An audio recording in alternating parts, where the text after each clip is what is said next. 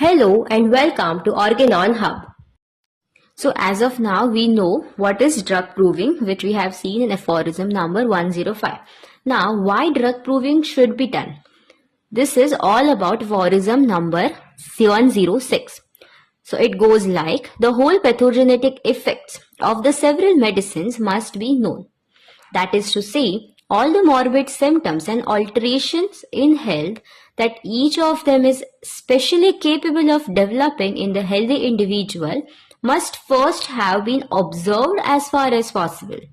ठीक है, before we can hope to able to find among them and to select suitable homeopathic remedies for the most of the natural diseases. That is why drug proving should be done. It should be done for the purpose to get the knowledge about the pathogenetic effect of of all the medicines. That is what you mean by pathogenetic effect. That is the capability of the medicines to create or to develop the disease symptoms and alterations in a healthy state.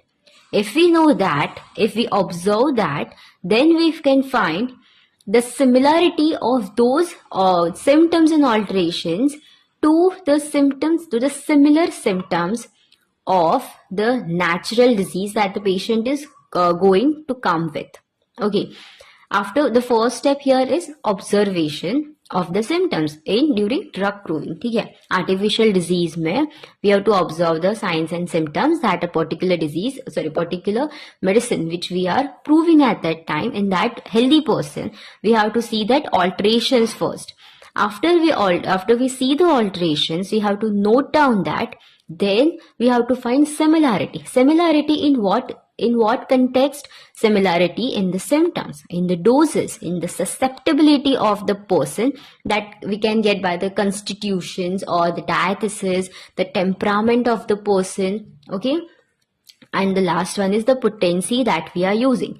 After that, before we can hope to able to find among them and to select after we observe and note down this is the first step before we hope that this medicine is able to cure this natural disease.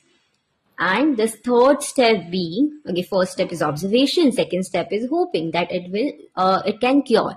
After we note down the similarities of the natural and the artificial diseases as well as the persons, and the third step is selecting of the remedy. Which is dependent on the second step, that is finding the simillimum on the basis which is done on the basis of the similarity. The first step is observation, second is finding similarity, and third is finding the simillimum, that is the medicine. Here it is written that before we can hope to be able, when we can hope, when we find the similarities.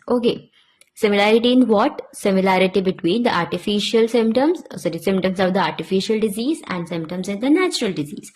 How can we find the similarity? When we observe. So first is observation, then is the finding similarity, which is based on observation, and then it is finding the simillimum, that is the medicine to be chosen, which is based on the similarities.